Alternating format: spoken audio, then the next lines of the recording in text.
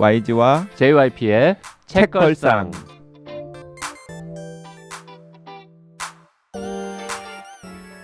책에 관한 걸쭉하고 상큼한 이야기 YG와 JYP의 책걸상이 찾아왔습니다. YG 강량구입니다. JYP 박재영입니다. 지난 시간에 이어서 예술가의 손끝에서 과학자의 손길로의 저자 김은진 선생님 함께하고 있습니다. 네, 안녕하세요. 김은진입니다. 네. 자, 저희가 댓글이 많이 밀려 있어가지고요. 몇 개만 좀 소개하고 다시 본격적인 이야기 나눠보겠습니다. 줄리님, 노멀피플 추천해 주셨으니 한번 읽어볼까 하고 시작하다 오랜만에 시간 가는 줄 모르고 읽고 있네요. 이렇게 재능이 반짝이는 젊은 작가가 있다니 멋있네요. 다음 작품은 어떨까 벌써 기대가 됩니다. 역시 책걸상 덕분에 너무 즐거운 독서였답니다. 네, 노멀피플 참 즐겁게 읽을 수 있는 책이죠. 네, EOMVKD님께서도 덕분에 노멀피플 좋은 책을 알게 돼서 감사합니다. 저는 아일랜드에 살고 있는데 트리니티 컬리지는 아일랜드 사람들에겐 공짜입니다. 하지만 집값이 만만치 않아서 남자가 힘들어한 것 같아요. 남자 주인공. 또 아일랜드는 유럽의 경상도라고 생각하시면 됩니다. 그래서 코너나 메리앤 오빠가 메리앤에게 열등감이 있는 것 같아요. 요즘은 조금 달라졌는데 아일랜드 사람들도 코미디로 여자는 나무와 이야기하고 라고 했을 정도입니다. 아일랜드에 살면서 드라마를 보니까 코너나 메리앤 오빠 그리고 메리앤 엄마의 마음속에 들어있는 무언가를 잘 읽을 수 있겠더라고요. 그러니까 약간 가부장적인 동네라는 그런가 보네요. 네, 이야기이신 것 같아요. 옹코아찜님, 이번 회도 잘 들었습니다. 저는 그냥 어쩌다 듣곤 하는 정도였는데 지나가다가 펀딩 알게 되어서 참여한 후 더욱 관심이 생겨서 읽었던 책 위주로 역주행하고 있습니다. 아니, 그 많은 애청자들이 펀딩 참여 못했다고 아쉬워하는데 지나가다가 걸려든 저는 뭘까요? 두 분 이번 성공 후 펀딩 전문가가 되신 분위기인데 노명우 선생님도 지속 가능한 서점을 위한 펀딩 시도해 보셨으면 좋겠습니다. 문득 제주에서 독립서점하는 친구가 떠오르네요. 구좌읍 종달리 무인 책방인 책약방 가능하심 방송에서 홍보 부탁드릴게요. 네. 무인 책방이 있나 봐요. 무인 책방. 책약방이 가게에 있고. 책약방. 네. 네, 마음의 힘님께서 또 댓글 남기셨는데요. 니은 띠지처럼 우리도 책걸상 띠지 할 수 있었으면 차선책으로 YG 띠지, JYP 띠지도 괜찮습니다. 저는 대체로 누워서 읽습니다. 여러분 어떠세요? 가까운 시일 내 니은 서점에서 책걸상 북콘서트 하고 싶습니다. 네. 그 니은 서점 그 책에 책 읽는 자세가 그림으로 세 개쯤 나오는 그거 지금 말씀하시는 것 같은데 네. YG는 책을 어떤 자세로 읽습니까? 저는 보통 소파 의자에 앉아서 읽습니다. 비스듬히 누워서? 네, 비스듬히 누워서. 가장 안 좋은 나쁜 자세로. 자세. 네. 네. 저도요. 네. 네. 그 자세가 건강에는 제일 안 좋다고 하는데 네, 차라리 엎드려서 읽는 게 낫다라고 하시는 분들이 있더라고요. 제나맘님, 이번 펀딩 참여 못하셔서 아쉬운 분들이 많은 만큼 다음 시즌은 펀딩 액수를 좀 올려도 쉽게 도달할 겁니다. JYP YG님 책걸상 시즌3를 위해 얼마나 고민이 많으셨는지 니은 서점 컨설팅 해주시면서 느껴집니다. 어떻게든 월세 70을 만들어드리고자 이런저런 아이디어를 어드바이스 해주시는 두 분의 따뜻한 마음이 느껴집니다. 책걸상이 이렇게 흥하는 이유는 베이스에 깔려있는 두 분의 따뜻함이라고 생각합니다. 한국 가면 꼭 니은 서점 들리겠습니다. 하고 싶은 일 리스트가 한 가지 더 추가돼서 행복해집니다. 니은 서점 이러다 대박 날 것 같아요. 네. 어디 사시는 분일까요? 한국 가면 꼭 들리시겠다고 하는데. 네, 지희채연 아빠님. 정말 놀라운 댓글 아닙니까? 저희 보고 두 사람이 따뜻하대. 저도 그래도 지금 웃음이 지금 픽 나온. 두 사람 보고 맨날 왜 이렇게 까칠하냐, 뾰족한 입, 뭐 차갑고 막 냉정하고 이런 얘기 많이 듣는데 우리는. 그 예를 들어서 최근에 그 과학책방 갈달 이명현 선생님께서 이 김은진 선생님 책을 제가 제 소셜미디어에 소개를 했더니 거기에다 댓글로 뭐라고 달아놓으셨냐면 강량구가 공감 능력도 좀 떨어지고 사회성도 좀 떨어지는데 그나마 가끔씩 맞는 소리를 해서 반가이 한다.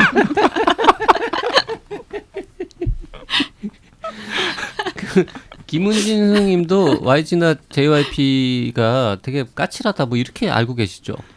네. 따뜻하다라는 이미지는 별로 없잖아요. 네. 그렇죠? 솔직히 말해도 그죠? 되나? 제나맘님은 되게 독특한. 난 너무 웃겨.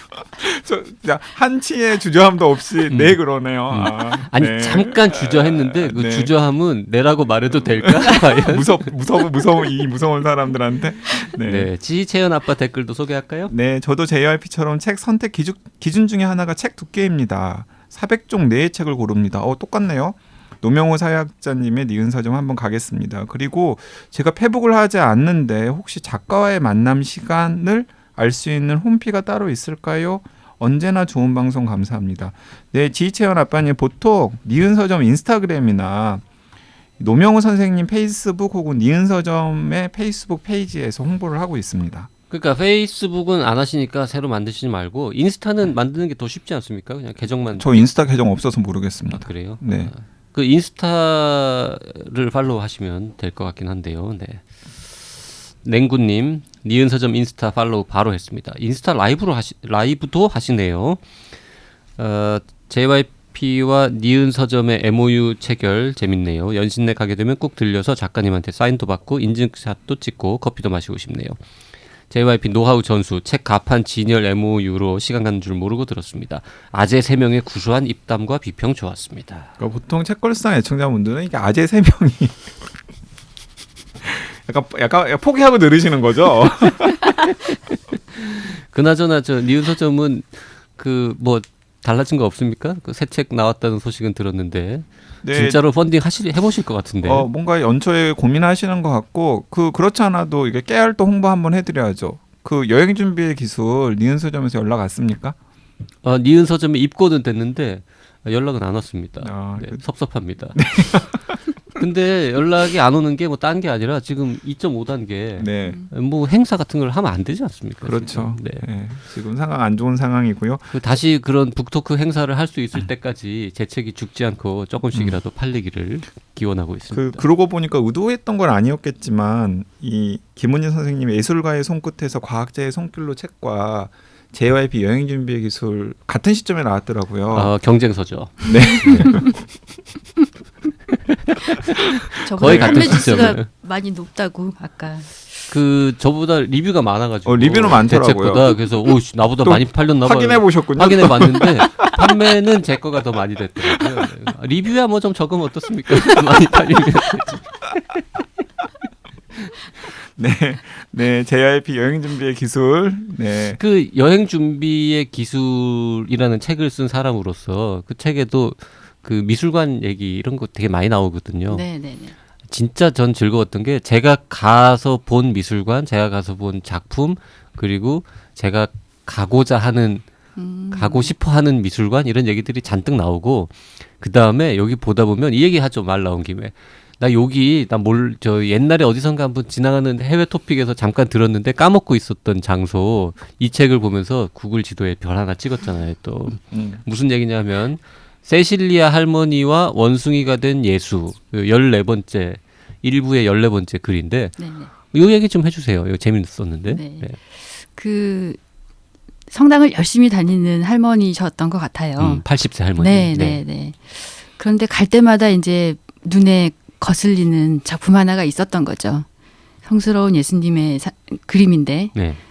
떨어져 나가고 손상이 많이 됐어요. 이게 그 제목이 붙은 벽화가 에케호모? 에케호모. 예. 이 사람을 보라. 예수님을 보라라고 하는 벽화 그림. 네. 그래서 할머니께서 너무나 안타까운 나머지 붓을 드신 거죠. 내가 고쳐야겠다. 그래서 손을 대다 보니까 잘 안 돼. 잘 안 되죠. 당연히 잘 안 됐겠죠. 그래서 조금 더 그렸어. 그래서 그게 반복이 된 결과로 네.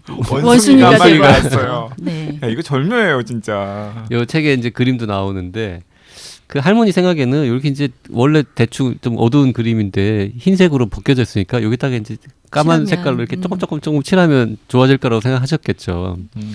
하여튼 그래가지고 이 예수님 얼굴을 망가뜨려가지고 온 동네 사람들한테 욕 먹고. 그럼요. 전 세계 언론이 난리가 났죠. 심지어는 이제 해외 토픽으로 나온 거죠. 그러니까. 이게 그 무식한 그 동네 할머니가. 나는 그 토픽은 못 봤어. 나중에 반전이 일어난 다음에 해외 토픽은 본 기억이 근데 있는데. 이제 무식한 그 동네 할머니가 이제 오랫동안 이 내려온 그 예수님 그림 벽화에다가 손을 엉뚱하게 대가지고 예수님을 원숭이로 만들어놨다. 세상에 이런 일이 뭐 이런 식으로 처음에는 알려졌잖아요. 맞아요. 네네네. 그런데 역설적으로 그게 유명해지면서 그걸 구경하러 간 사람이 사건 발생 첫 해에만 4만 5천 명.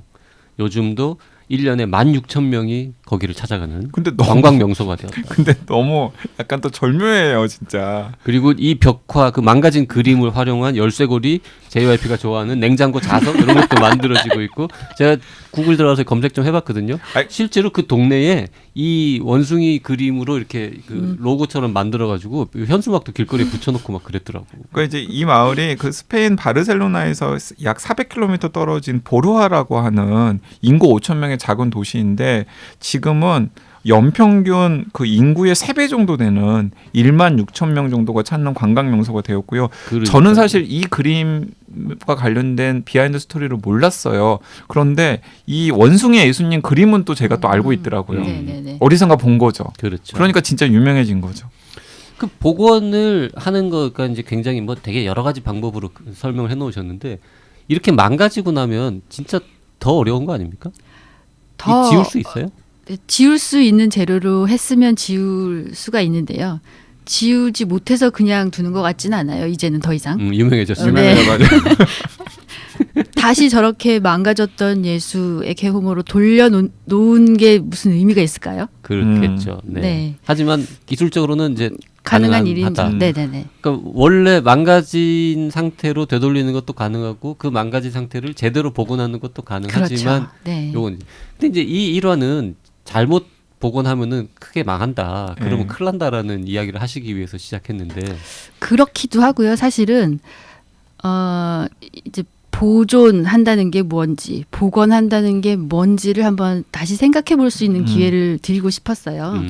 정말 뭐 과학도 좋고 뭐 보존도 좋지만 그렇게 망가진 그림을 과연 정말 되돌려야 하는가라는 게 뭔가 질문을 던지고 싶었어요.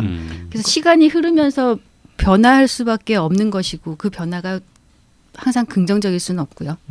부정적인 것이라고 할지라도 어떨 때는 그냥 두어야 할 경우도 있다는 거죠. 그러니까 이제 이 대목이 김은현 선생님께서 책 전체에 걸쳐 가지고 독자들한테 전면에 내세우지는 않지만은 살짝 네. 우리 이런 것도 한번 생각해봐요라고 이제 반복해서 맞아요. 들이미는 주제 중에 하나인데 보존이나 복원이라는 게 도대체 무엇일까라는 질문을 계속해서 아마 스스로에게도 계속해서 던지시고 계시는 것 같아요. 김은희 선생님께서.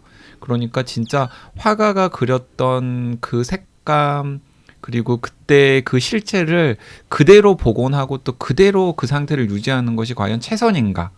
네. 네. 제가 이 일을 하던 중에 굉장히 충격적인 그 사례가 하나 있었는데요. 서승원 작가라고 하는 그 작가분이 60년대 그린 그림이 있었어요. 네. 미술관에 소장되어 있는 그림이에요. 그런데 물감이 막 떨어졌어요. 표면에서. 그래서 네. 이제 떨어지면 통상 이제 떨어진 부분에 물감을 다시 채워서 그림을 그리고 이미지를 완성을 하는 게 복원이고 보존이거든요. 네. 그래서 별 의문이 없이 그렇게 처리를 했는데 조금 지나서 작가분이 직접 미술관을 방문하시고 내가 저 작품을 다 그리고 나서 저기다가 마스킹 테이프를 딱 붙였단 말이야. 그러고 나가서 마스킹을 딱 뗐더니 물감이 다다닥 떨어졌는데 너무 아름답지 않아? 이렇게 말씀을 하시는 거예요. 그럼 물감이 떨어진 것도 예술가의 그렇죠. 의도였던 거예요? 네. 근데 그걸 다 채워 넣었다고요? 그렇죠. 선생님이? 그래서 이제 네. 그래서 제가 그때 정말 뭔가 머리에 큰 돌멩이를 맞은 듯한 충격을 받았어요. 아, 내가 도대체 뭘 보존을 한 거지, 복원을 한 거지? 라는 생각이 들면서 전부 누구나 다 저게 손상일 거라고 생각하는 게 손상이 아니구나 라는 깨달음을 그때 정말 크게 받았어요. 그래서 물론 그 채웠던 건 다 닦아내고 다시 떨어진 상태로 돌려놓긴 했어요. 그 재밌는 얘기는 책에 왜 안 썼습니까? 그거는 2편에 쓰려고요. 오호, 이분 보게 속편까지 벌써.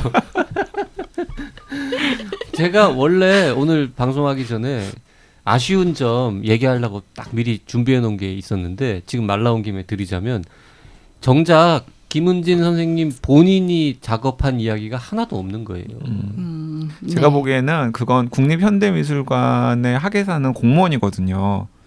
공무원 신분으로서 차마 책에 담는 게 조심스러웠던 게 뭔가 아닐까. 그런 얘기를 하다 보면 누군가를 욕하게 되고 뭔가 내가 속한 조직에 누를 끼치거나 보통, 이런 것 때문에 보통 이제 이런 스토리가 되지 않겠습니까? 내가 어떤 그림을 봤는데 뭐 보관 상태 엉망이었고 거기에다가 어떤 어쩌지 놈이 않게 누가 뭐 복원했는데 복원을 했는데 그것도 엉망진창으로 잘못됐다. 해놓아서 내가 그걸 다시 손보느라고 진짜 힘들었다라는 게 이제 한 챕터가 되어야 될 텐데. 혹은 뭐 이런 것도 있을 수 있겠죠. 정말 중요한 예술품, 진짜 시급히 빨리 보존 처리해야 되는 작품 있는데 예산 2천만 원 올렸더니 공무원들이 다 깎았다든지 뭐 이런 얘기도 들어갈 수 있고. 고민을 좀 해보겠습니다만 저는 이제 물론 그런 작품들이 있어요. 왜냐하면 저는 지금의 최선을 다할 뿐이지 또 똑같이 50년 100년 후에는 제가 해놓은 보존 처리를 가지고 그때는 왜 이랬어라고 할 수가 분명히 있거든요. 네, 맞습니다. 그래서 저는 그 뭐 잘못된 거 분명히 있지만 그것을 비난하거나 뭐 화살을 그쪽에다 쏘고 싶은 생각은 없고요. 없고 그 당시에는 비난하고 싶은 대상은 있군요.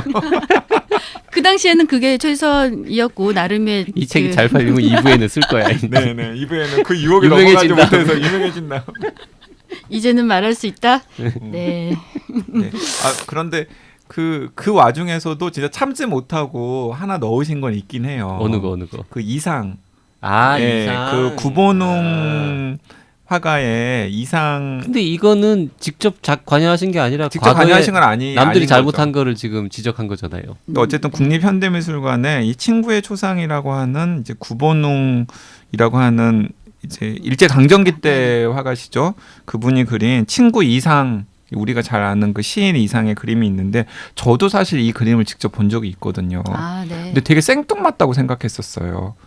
왜 생뚱맞다고 생각했냐면 그러니까 뭔가 이렇게 이상하면은 진짜 뭔가 좀 병색이 완연하고 그다음에 뭔가 진짜 세상 다 산 듯한 그런 창백한 지식인의 모습을 우리가 흔히 연상이 되잖아요. 그런데 그 구본웅이 친구의 초상이라고 하는 그림에서 묘사한 이상은 너무나 건강해 보이는 거예요. 혈색도 좋고 막 입술도 막 새빨갛고 오히려 강렬하고.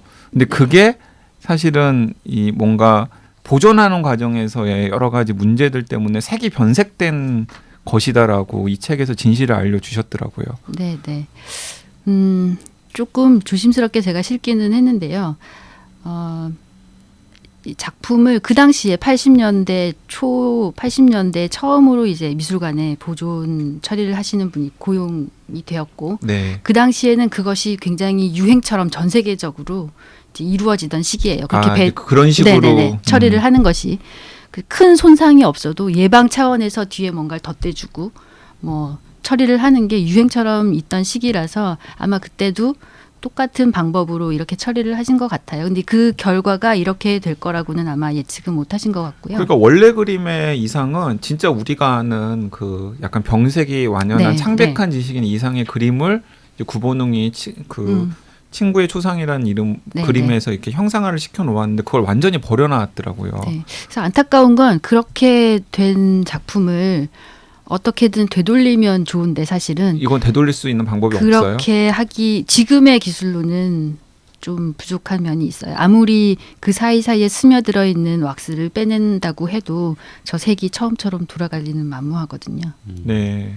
자, 그리고 뭐 하여튼 뭐 일일이 다 소개할 수 없을 만큼 뭉크도 나오고 고흐도 나오고 뭐 또 누구 나오더라? 뭐 마크 로스코도 나오고 하여튼 뭐 터너도 나오고 하여튼 우리가 이제 미술 시간에 이름 좀 자주 들었던 뭐 그러니까 무슨 리히텐슈타인 같은 이제 요즘 사람 데미안 허스트도 나오고 화가 이름 생각나고 그다음에 그림 한 점 정도는 떠올릴 수 있을 법한 이제 그런 화가나 그림들이 계속 나오는데 저는 책에 그리고 그림도 됐다 많아.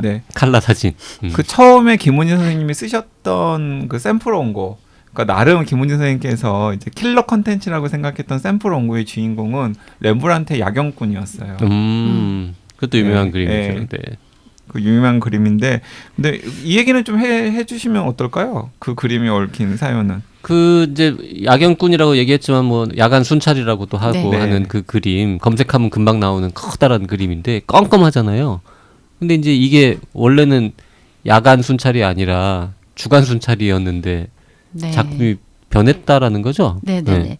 근데 이제 변한 이유가 이제 전통적으로 유화를 그리고 나면 그 위에 바니스라는 걸 칠해요. 바니시. 이게 우리 보통 생각한 니스 네. 칠을 하거든요. 같은 거예요? 니스하고 바니쉬? 네네네. 거의 동일한 걸로 보시면 되고 그걸 칠했는데 예전에는 이제 그게 떨어져 나가지 않도록 칠하는 거예요? 떨어져 나간다기보다는 화면에 어떤 균일감을 주는 거예요. 빨간색으로 칠한 부분이랑 파란색으로 칠한 부분이 광택이 다르거나 그림이 달라 보이는 걸 통일을 시켜주기 위해서 바니쉬를 주로 칠하는데요. 화면을 보호하는 기능도 있어요. 밑에 있는 오리지널 그림 물감들은 그 바니스가 있음으로 해서 밑에 보호가 되는 거거든요. 그래서 이 바니스는 특징이 색깔이 잘 변해요. 요즘은 뭐 좋은 합성 수지들이 많이 나와서 변색이 없는 경우가 많은데 이제 주로 사용하던 천연 수지 바니스들은 색이 금방 누렇게 변하거든요. 이제 누렇게 변했는데 그 위에 먼지도 쌓였어요. 근데 그 바니스를 제거하지 않고 또 바니스를 칠해요. 나중에. 또 칠하기도 해요? 보통 네네네. 그럼 이제 렘브란트 그림이 한 300년이 넘었으면 네. 그 사이에 수많은 이제 뭐 겹겹의 시간들이 쌓였겠죠. 바니스가. 그래서 그곳을 걷어내니까 굉장히 밝은 그림이 나타난 거죠. 그러니까 야간 순찰이라고 생각하고 쭉 봤는데 바니쉬를 걷어냈더니 밝아졌고 네, 그리고 네. 나서 자세히 보니까 등불 같은 걸 들고 있는 사람이 잘 아무도 돼요. 없네. 그러니까요. 그러니까 저도 새삼 보니까 등불 같은 거 들고 있는 사람이 아무도 없더라고요. 그때 당연히 야간 순찰이었으면 등불 같은 걸 들고 있었을 텐데. 근데 이름은 그 누가 야간 순찰이라고 붙인 거예요? 그 어두워지기 전에 그 렘브란트가 언제예요? 이게 지금 한 17세기 이때 그림 그렸을 때는 제목을 뭐라고 붙였는지는 몰라요, 우리가? 제목이 엄청 긴 제목이 뭐 있어요. 반닌코프 뭐 대장과 이거 프란스 뭐 네, 반니코프와 빌런 네네, 반 네, 루이텐부르크의 네, 순찰 때 네네. 야간이란 말이 없네. 네. 원래. 네. 근데 어느 순간 너무 기니까 줄여가지고 별칭처럼 애칭처럼 나이트와치가 야경꾼, 됐죠. 야간 야경 순찰 순찰. 이렇게 부른 거구나. 근데 그림이 좀 환해졌는데도 불구하고 여전히 야간 순찰 혹은 야경꾼이라고. 이 그림은 그 3.8m 높이에 폭이 4.5m. 일단 큰 걸로도 되게 유명한 네, 그림. 네. 저는 이건 실물은 못 가보셨어요? 봤어요. 못 보셨어요? 네. 암스테르담에 출장을 갔었는데 놀러 간 적은 없고 출장 갔는데 시간이 이제 조금 남았거든요. 그래서 이제 이거를 보러 이 국립현대미술관을 가거나 그 이름 기억할 수 없는 그 조그만 미술관, 그 진주 목걸이 소녀가 있는 미술관은 네. 딴 데 있거든요. 그래서 고글을 갈 거냐 하다가 그 동선상 그 진주 목걸이만 보고 왔던 기억이 나는데. 근데 저는 이 그림을 보려고 그 렘브란트를 좋아해서 암스테르담 국립미술관을 갔는데 그때 딱 가니까는 이 그림과 렘브란트의 그림 상당수가 그 미술관에 없는 거예요.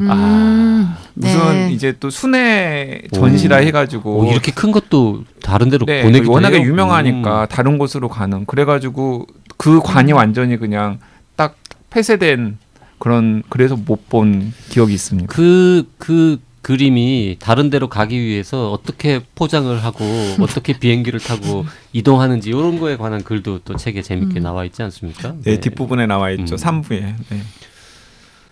자, 그리고 저는 제가 한국일보에 이 김은희 선생님 예술가의 손끝에서 과학자의 손길로 소개하면서 제시했던 사례는 고흐의 침실이라고 하는 석점의 그림과 관련된 사연 제가 소개했었거든요. 그것도 저는 굉장히 재밌었어요. 흥미로웠었거든요.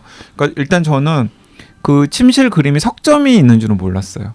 네. 네, 그런데 일단 석점이 있다라는 사실을 이 책을 보면서 처음 알았고 또 생각을 들여다 보니까 그 침실 석점의 색감이라던가 색깔 이런 게 다 다르더라고요. 네, 디테일한 부분들이 다 달라요. 네. 침대 위에 걸려 있는 작은 그림들도 다 달라요. 네. 창문이 얼마나 열려 있고 닫혀 있는가도 다 달라요. 그리고 이제 더 재미있는 사실은 무엇이냐면 고흐가 이제 자기 동생 테오한테 내가 이 아르레 노란 집 너무 마음에 들고 내 침실도 너무 마음에 들어서 이걸 그림으로 남기려고 이렇게 칠하고 있어라고 편지를 보냈는데 그 편지에 실린 고우가 직접 쓴 색감과 남아있는 그림의 색감도 너무 다르니까 도대체 뭐가 달라진 걸까 고민을 했었는데 그게 사실은 또 이 시간이 지나면서 변색이 된 것이라고 또 책에서 쓰여 있어서 굉장히 흥미로웠습니다. 저는 이게 이렇게 세 가지가 있다는 거는 알았는데 조금씩 다른 거는 그냥 그 왜 날씨 따라서 빛도 좀 다를 수 있고 화가의 의도. 그리고 화가가 뭐 그날따라 이렇게 좀 그러니까 그렇죠. 칠할 때 벽을 뭐 보라색 조금 오늘은 파랗게 칠해볼까 이런 것 때문에 달라진 줄 알았더니 책을 보니까 그 원래는 거의 똑같이 그렸다는 거잖아요. 적어도 색깔은. 그건 아니에요. 그건 모르겠어요. 모르는 그건 일이죠. 정말 모르는 일이죠. 하지만은 약간 거의 비슷하게 그렸을 것 같아요. 네. 그런데 이게 보존의 상태라던가 이런 것들에 따라서 색감이 달라지면서 지금 우리가 보는 다 달라 보이는 석점의 그림이 생겼다라는 거죠. 그 미술품에 요새 투자하는 사람들도 있던데 책에는 별로 안 나옵니다만 그 우리나라 국내 작가 중에서 아직 그렇게 비싸지 않은 작품 중에 어디다 투자할 만한 작가 있으면 좀 알려주시고 가면 안 됩니까? 그런 건 전공이 아니에요. 제가 정말 모르는 분야를 물어보셨는데요. 작가 이름 한 3명만 좀 알려주고 가시면 연끌해가지고 그림이라도 하나 사볼까 하는. 알고 있는데 안 알려주시는 거 아니에요? 그럴 리가 있겠습니까? 아니 강남에 사세요, 안 사세요? 안 삽니다. 네, 잘 모르시는 걸로. 네. 제가 여기서 그 가격을 얘기하시니까 생각나는 일화가 있는데요. 제가 어떤 그림을 이제 처리를 하고 있는데 이제 미술을 잘 모르시는 분이 오셔서 저 그림은 얼마짜리예요? 저 그림은 얼마짜리인데 이렇게 며칠이나 걸려서 붙들고 있느냐라는 질문을 하신 적이 있어요. 그래서 제가 그때 한 공무원께서 그것까지 말하지 않겠습니다. 공무원이네. 공무원이겠지. 그것까지 말하지 않겠습니다는 그렇다는 얘기. 미술관에 파견 나오신 공무원 아니었어. 공무원. 그러면 아니에요라고 하면 되잖아. 걸렸어. 네.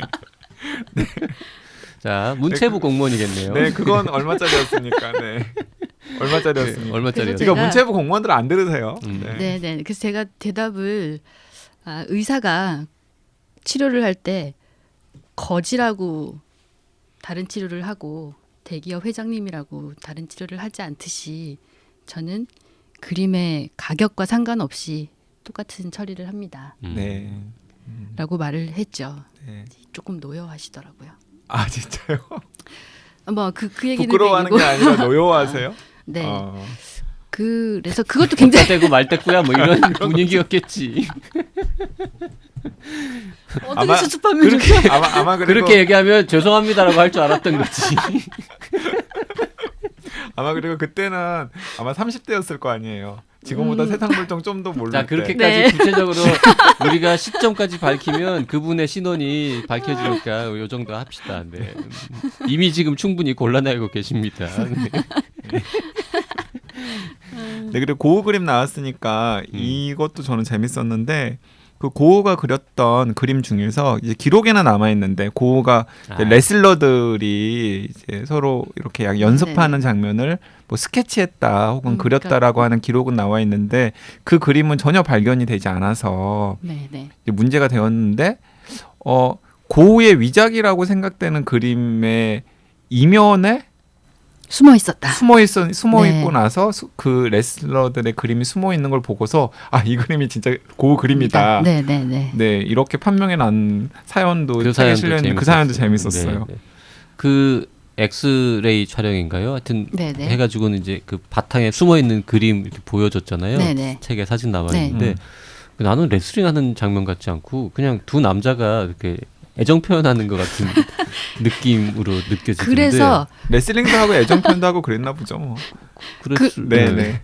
그래서 처음 엑스레이를 찍었을 때는 그렇게 두 남자가 있다라고만 해서 그게 진품인 증거가 되지는 못했어요. 그래서 그 엑스레이를 발견했지만 그게 방고우의 작품이라고 말하지 않았고요.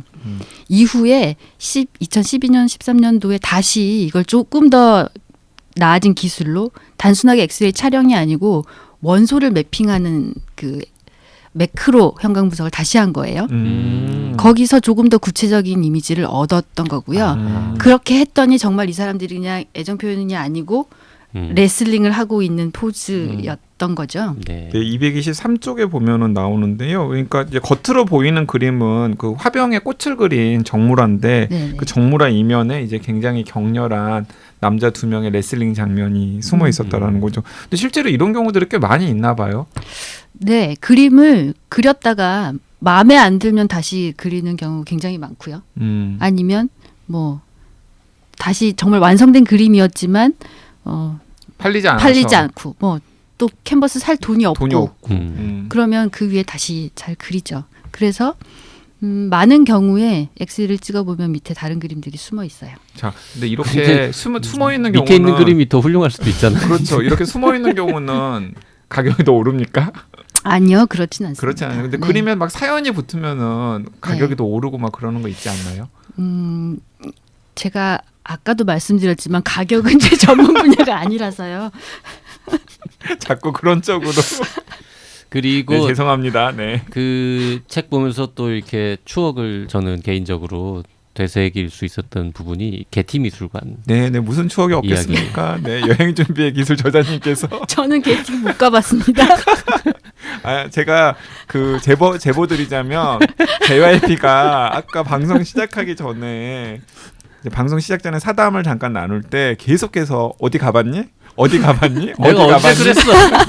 어디 가봤니? 50개 넘게 가셨다고 그러세요. 미술관을 우리 김은진 선생님은 저 외국에 있는 미술관을 몇 군데나 가보셨나요? 한 100군데 가봤습니까? 그랬더니 택도 없다고. 아니 그래서 거의 한 10분 가까이 어디 가봤니를 그게 구체적으로 아니라 질문을 어디- 던졌고 김은진 선생님 나중에는 제가 진 것 같습니다. 요 윈 그랬는데도 계속해서 너 어디는 가봤니? 어디는 가봤니? 아니 그게 아니라 그 사람을 그 이상한 사람. 아니 여행 준비의 기술 저자답다는 거죠. 네네. 아니 네, 게티 미술관 추억이나 얘기해 보세요. 네. 아니 김은진 선생님이 네가 가본 미술관 중에 어디가 좋더냐고 해서 내가 어디 좋더라라고 했을 뿐인데 왜 게티 미술관에 이 불났던 이야기. 네. 저는 이제 LA에 2년 살 때 네네. 게티 미술관을 맘만 먹으면 걸어갈 수 있는 곳에 집이 있었거든요. 당연히 네. 이제 여러 번 갔죠. 그리고 정말 여기 거룩한 미술관이거든요. 좀 건축비 많이 들고 막 어마어마한 재벌님께서 지으셔가지고. 근데 그 미술관에 이렇게 황당무계한 수준의 이 방제 장치, 이런 화재 예방 뭐 이런 시스템이 다 되어 있다는 걸 보고 깜짝 놀랐잖아요. 역시 정말 치밀하죠. 역시 네. 돈이 많으면 정말 많은 걸 할 수 있구나. 우리나라는 어떻습니까? 저는 그거 궁금했어요. 이 게티 미술관을 예로 들어서 미술관에 화재가 나면 이러이러하게 대응이 되도록 하는 시스템이 있다라는 게 책에 이제 자세하게 소개가 되어 있는데 딱 보니까 아니 우리나라 미술관은 이 정도로 되어 있나 하는 생각이 들더라고요. 이 정도로까지는 아닐 것 같은데 나름대로의 뭐 소방 방제 대책은 다 가지고 있죠. 미술관에서도. 그래서 뭐 스프링클러가 직접 뭐 작품에 분사되는 건 정말 최후의 수단이고요. 그 전에 이제 가스로 불을 끄도록 다 설계가 되어 있습니다. 그러니까 불은 끄되 이제 미술품의 손상이 손상을 최소화하도록 하는. 네네. 갑자기 어릴 때 나 살던 집에 방 안에서 이렇게 전기 후라이팬 이런 거 갖다 놓고 온 가족이 불고기 구워 먹고 있었는데 그때만 해도 전기가 불안정했잖아요. 그래서 이게 뭔가 전기가 파박하면서 불꽃이 튀면서 옆에 저 벽에 붙어있던 그 두꺼비집 여기에 불꽃이 이르면서 정전이 된 거야.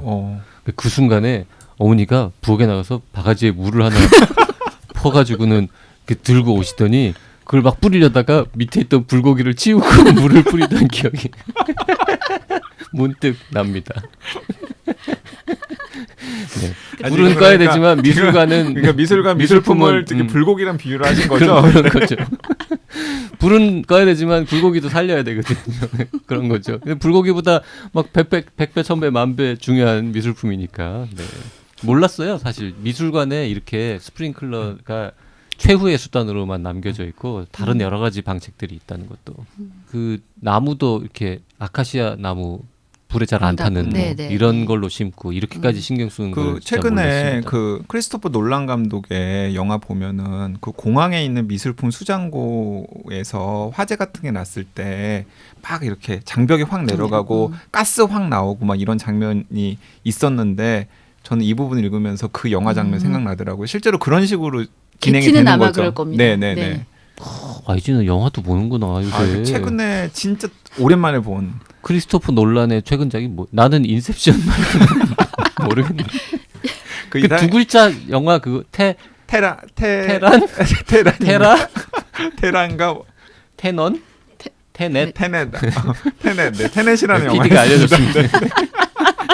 테라는 무슨 게임에 나오는 거고 테라는 맥주고 이 사람들 지금 네, 테넷. 테넷. 네. 네.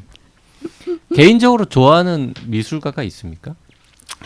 저는 굉장히 심플한 그림들을 좋아하는데요. 하나의 뭐, 색깔로 이루어진 그림들. 로스코나 뭐 네네네. 이우환이나 이런 계열 좋아하십니까? 네, 그렇습니다.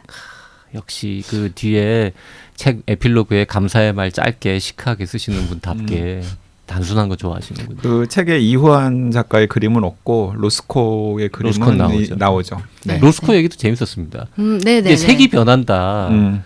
근데 로스코는 뭐 대충 아시겠습니다만 많은 분들이 굉장히 그림 자체의 형태는 단순하잖아요. 네네. 그냥 캔버스 전체에다가 뭐 한두 가지 색깔로 다 치우고 뭐 칠하고 이런 계열인데 그럴수록 색이 미묘하게 변하면 안 될 것 같은데 로스코 작품을 하버드 어디 식당인지 어디 걸어놨더니 그게 색이 자꾸 변했다 뭐 이런 이야기도 있고 네네네. 하여튼 미술관 가는 걸 좋아하는 분한테는 이 책은 거의 뭐 보물단지입니다. 필독서 네, 그리고 그냥 읽으면 무지하게 재밌으면서 내가 미술관에서 경험했던 이야기들 추억들이 막 마구 떠오르고 그 다음에 앞으로 여기도 가봐야겠네 저기도 가봐야겠네라는 생각도 막 계속 나고 저한테는 정말 즐거운 독서였습니다. 그리고 미술관이나 혹은 미술품을 가지고 이야기를 할 때 할 화제거리가 훨씬 늘어나게 되죠. 그 미술관으로 데이트를 가기 전에 미리 읽으면 교양을 쌓고 뭔가 이렇게 그 데이트 상대 앞에서 이렇게 허세를 떠는데도 있어 보이는 있어빌리티에 도움이 되는 그런 책입니다. 그 드라마는 뭐였죠? 그 현빈인가가 나와서 이렇게 미술관에서 같이 가보면은 상대방을 다 파악할 수 있다 뭐 이런 대사 나오던 김삼순이었나요? 그거는 드라마들은 또 다 안 보시는군요. 네. 있었어요. 그래서 현빈이 그 촬영할 때 미술관에 왔던 것 같아요. 관천에. 보셨습니까? 네.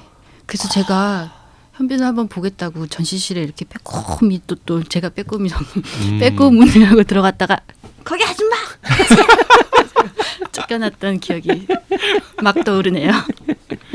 근데 그 지난 시간에 인사동 스캔들 이야기 잠깐 나왔었잖아요. 그러니까 인사동 스캔들에 그런 식으로 보건가가 묘사되는 것에 대해서 약간 경종을 울리기 위해서 이 책을 쓰기도 했다 그러는데 정작 근데 또 인사동 스캔들 할 때 김래원 씨 본 적이 있다면 봤었다면서요? 네, 김래원 배우님도 미술관에 오셔서 약간 그 역할에 대한 뭔가 기본적인 것들을 배우고 가셨어요. 오리엔테이션을 배우고 가셨구나. 네, 저한테 배운 건 아니었지만 당시 이제 그 오래된 지류 작품들, 종이에 그려진 작품들 처리하시는 분께 약간 뭐 이렇게 할 때는 손놀림은 이렇게 하는 것이고 뭐 종이를 자를 때는 이렇게 하는 것이고 그런 걸 한번 배우고 가셨죠. 그 미술관에서 지금 보존이나 복원하시는 보존과 복원과 선생님들 중에서 그 진짜 그 김훈희 선생님처럼 과학이라던가 아니면은 종교 코스웍을 하시지 않고 진짜 인사동 스캔들에 나오는 것처럼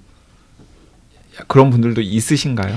아니 더 이상은 지금은 아닌 것 같아요. 근데 예전에는 물론 뭐 그럴 배울 기회도 없고 그랬기 때문에 뭐 손재주가 있으신 분들 뭐 많이 이제 작업을 하셨을 테고 그런 손기술이 아주 중요한 덕목 중에 하나이기도 하거든요. 네. 아무리 과학적인 뭐 정보로 가득 차 있어도 이걸 작품을 다룰 때 정교하지 못하고 세심한 손길이 아니면 안 되거든요. 그래서 이제 그런 것들도 굉장히 중요하지만 뭐 정식으로 어떤 이유로 해서 내가 이 일을 하는지 그리고 내가 하는 일이 어떤 결과로 나타나는지에 대한 조금 예측까지는 가능한 수준의 인력이 되어야 되지 않나 생각합니다. 네.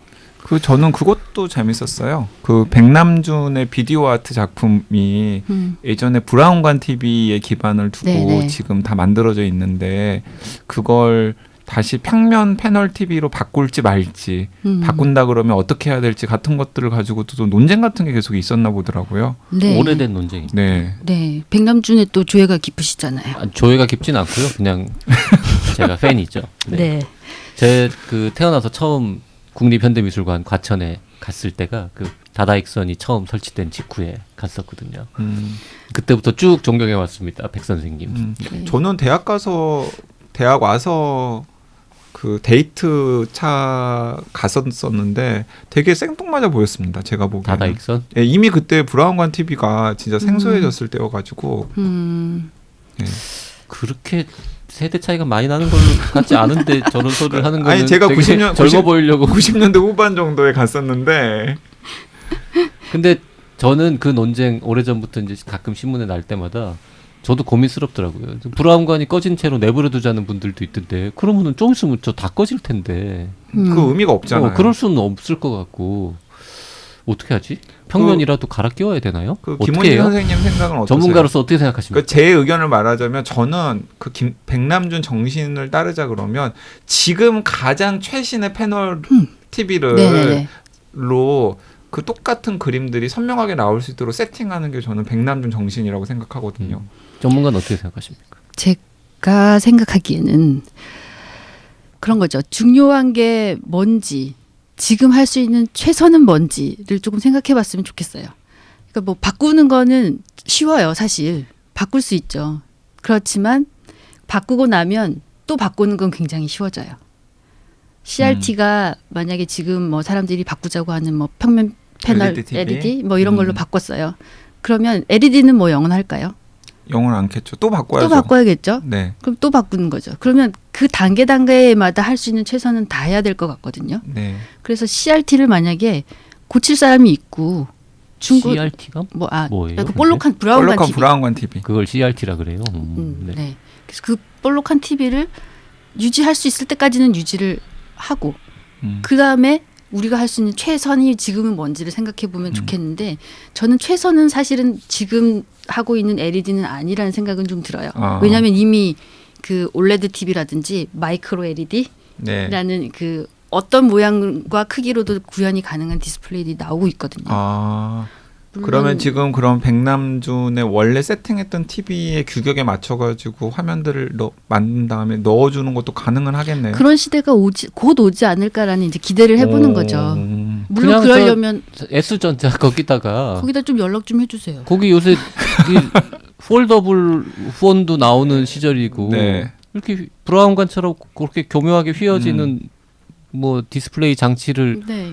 만들어서 다다익선의 그 TV 몇 개죠? 뭐 몇백 개? 1000세대. 1000개? 네. 네. 1003개의 그 패널 만들어가지고 한꺼번에 쫙 갈아 끼우고 이걸 삼성이 했다 그러면은 뭐 홍보도 되고 좋지 않을까? 저도 같은 생각입니다. 이 책이 네. 좀 더 유명해져야 되겠네요. 네, 예술가의 그런 얘기 손끝에서. 썼어야지. 삼성은 뭐 하냐? 이재용 듣고 있나? 이런 얘기를 여기다 썼으면은 그러면 화제가 될 아니 수도 근데 이 있어요. 책이 유명해지면 삼성 사장단 강의 이런데 부를 수 있으니까 그때 이제 딱 제안을 해드리는 거죠. 근데 이제 그것과 관련해서 그 자리에 회장님 있으면은 네, 회장님 있으면 그러면 저 고갯짓 한번 하면은 딱 해결되는 거죠. 네. 자, 근데 저는 그래서 이 대목에서 이 책의 가장 큰 불만 뭐냐면 저 왜 이건 저랑 상의 안 했는지 모르겠어요. 제목적 불만이에요. 제목. 그러니까 제목이 예술가의 어려워요. 손끝에서 과학자의 손길로인데 그 수지리생 그 컨셉으로 하면은 예선과선이 있는데 네, 수지리생은 작년 3월에 제가 펴낸 수상한 질문 위험한 생각들입니다. 네, 혹시 수지리생이라는 말을 제가 붙여줬습니다. 네, 수지리생. 근데 예술가의 손끝에서 과학자의 손길로 예선과선인데 제목이 너무 어려워요. 네. 남한테 재밌는 책을 읽었다라고 얘기를 하면 제목을 물어보는데 그 제목이 그게 뭐였지 떠오르지가 않아 이게 쉽게. 네, 화가의 손끝에서 과학자의 손길론가. 저는 그 책걸상 오늘 이 대본 쓰면서 예술가의 손길에서 과학자의 손끝으로라고 써놨다가 고쳤어요. 그 제목은 좀 그래서 그래요. 제목을 약간 좀 심플하면서도 네. 하면 저는 그래서 그냥 미술 치료사 뭐 이런 것도 나쁘지 않지 않았을까. 안돼. 그건 아니에요. 아니에요? 네. 그건 아니고요. 네. 어쨌든 제목이 좀 더 음. 직관적이고 사람들이 막 입에 쉽게 딱 붙는 제목이었으면 어땠을까 하는 생각이 드는데 네. 고민 많이 하셨겠지만은 책을 보는 독자 입장에서는 그 대목 약간 아쉽더라고요. 네, 네. 예술가의 손끝에서 과학자의 손길로. 아쉽긴 한데 이거보다 더 근사한 제목이 언뜻 떠오르지는 사실 않습니다. 네. 자, 국립현대미술관 아까 4개 있다고 하셨잖아요. 그 중에서 이제 제가 유일하게 못 가본 곳이 청주에 있는데 이번에 이 책을 읽다가 또 재밌는 거 하나 발견했습니다. 그 바니쉬라는 말, 니스 아까 말씀하셨는데 그것도 사실 처음에 몰라가지고요. 바니쉬가 뭐지? 이러고 이제 네이버에서 검색을 해봤잖아요. 그랬더니 청주에 수제 햄버거 집이 바니쉬라는 가게가 있는 거야. 근데 놀랍게도 그게 현대미술관 앞에 있어. 네. 그럼 뭔가 미술에 뭔가 아는 분이 차린 가게인 거지 바니쉬. 그리고 내 리뷰를 봤더니 맛집이래. 청주의 햄버거 맛집인 거지. 청주 현대미술관, 국립현대미술관 앞에 바니쉬라고 하는 수제 햄버거 집이 햄버거집이 있다라는 맛있다. 거죠. 네, 네, 자, 책걸상의 먼지. 네. 청주에 사시는 분, 청주에 사시는 분, 그게 진짜 맛있는 맛집인지, 네, 혹시 댓글 좀 들으시는 달아주세요. 분들 있으면 댓글 달아주시면 좋겠습니다. 모르셨죠? 네. 근데 처음 가끔 들었습니다. 출장은 가시잖아요. 네. 그게 바니쉬라는 말 같은 거를 찾아볼 일이 없잖아. 다 아는 말이니까. 나는 무식해서 찾아보는 거고. 네, 자 이번 주에는 네, 예술가의 손끝에서 과학자의 손길로라는 멋진 책을 쓰신 김은진 선생님과 함께 해봤습니다. 이게 네, 김상욱 교수가 추천사를 썼는데 여기에 과학이 예술과 만나 얼마나 멋진 일을 할 수 있는지 이보다 더 잘 보여주는 예는 없으리라 이런 표현을 쓰셨는데 이 추천사 참 잘 쓰지 않았습니까? 당신이 미술 애호가라면 본인이 미술 애호가시거든요. 아, 그래요? 네, 네. 미술 애호가라면 이 책을 읽기 전과 후는 같지 않을 것이다. 라는 말도 덧붙였는데요. 저는 이거 미술 작품과 관람객 사이에는 공간뿐 아니라 시간이라는 간격이 존재한다. 제가 이 책을 한국일보에 소개를 했더니 그 한국일보 그 칼럼을 소개하는 서평을 보시고 나서 어떤 분이 무엇이라고 댓글을 달아주셨냐면 책을 아직 안 읽어봤는데 책 읽어볼 예정인데 그 강 기자 서평을 보고 나니까 우리가 보는 미술 작품은 예술가의 작품이 아니라 예술가와 시간이 함께 만든 작품 이라는 생각이 들었다라고 말씀을 하셨어요. 그래서 제가 또 댓글 달았잖아요. 사실은 예술가와 시간과 보존가가 함께 만드는 작품이다. 네. 네. 네. 훌륭하십니다. 네. 자, 뭐 마지막으로 마무리하기 전에 뭐 우리 방송의 청취자들이나 혹은 책을 읽으실 독자들한테 하시고 싶은 말씀 있으면 하시죠. 하세요. 호스트 말 너무 많아가지고 되게 말 못한 거 있으시면. 제가 오기 전에 그 이전에 녹음하셨던 편을 몇 번 들었더니 게스트 분량이 그렇게 많지는 않더라고요. 그래서 별 부담 없이 왔는데 오늘은 제가 의외로 좀 말을 많이 한 것 같아서요. 네, 뭐 책을 여기까지 불러내 주시고 소개해 주셔서 너무 감사드리고요. 두 분 너무 따뜻하게 맞아주셔서 감사드리고요. 반어법인가? 뾰족한 입, 뾰족한 두 입. 네, 앞으로도 승승장구하셔서 계속 좋은 책 소개해 주시는 코너가 됐으면 좋겠습니다. 네, 그리고 책걸상 또 들으신다고 하니까. 네, 앞으로도 계속 들어주시기를 네. 부탁을 네, 드리면서 그리고 이 예술가의 손끝에서 과학자의 손길로 진짜 많이 팔리고 김은진 선생님도 유명해지셔가지고 삼성 사장단 조차 모임에서 꼭 강연하실 수 있도록. 그 네. 책에 있는 그 수많은 사진들 다 아마 갖고 계실 테니까 뭔가 이렇게 그림 보여주면서 하는 강의, 교양 강의 이런 것도 괜찮을 것 같습니다. 시간당 뭐 공무원이기 때문에 그렇게 많이 받지 않고도 초대할 수 있는 강연자인 것 같습니다. 저 차이나는 클래스나 이런 곳에서 네. 초청하면 딱 좋을 것 같은데. 하여튼 딴 데서도 앞으로 계속 큰 네. 활약 기대하겠습니다. 네, 감사합니다. 네, 감사합니다. 네, 오늘 여기까지 하겠습니다.